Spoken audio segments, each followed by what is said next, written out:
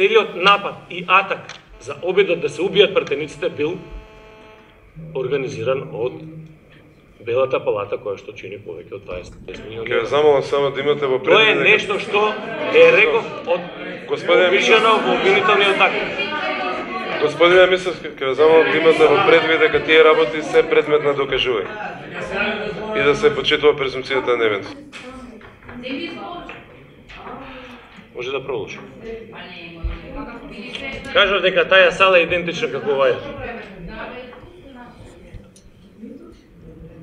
Во еден момент се најдовме околу 20 на пратеници, но во последните 40 минути останавме 10 на пратеници, неколку новинари, камермани.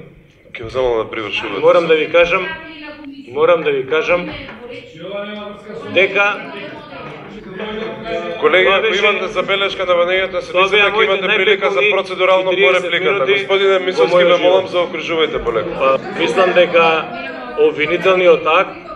обвинителниот акт е за организаторите за 27. Можеме да ти одговориме сите, се вака се влепиш на него, дајте... И намерно го правиш ова, затоа што си искуцен. Ама ти сега намерно влекуваш збор, кој ти даде збор. Бидејќи господинот Вилјанов гледам во очи, се договоривме, мислам дека пречутно се согласи, да ги отвориме картите до крај. И тоа е во негов интерес.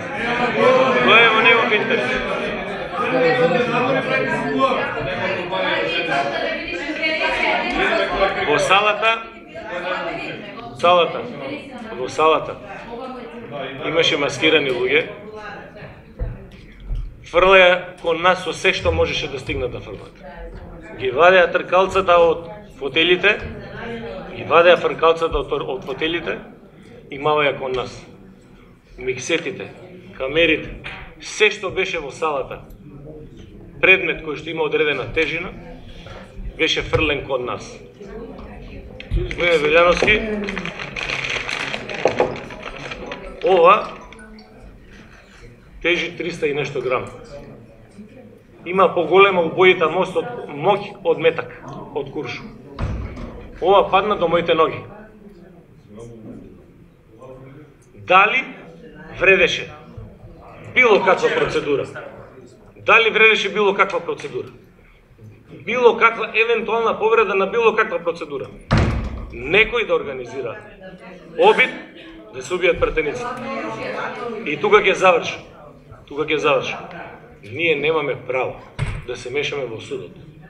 Но најмалку што можам јас лично да направам како пратеник, јавно да повикам на Трајко Велјановски и на било кој, утре може ќе биде некој од нас, да му се обезбеди фер судење.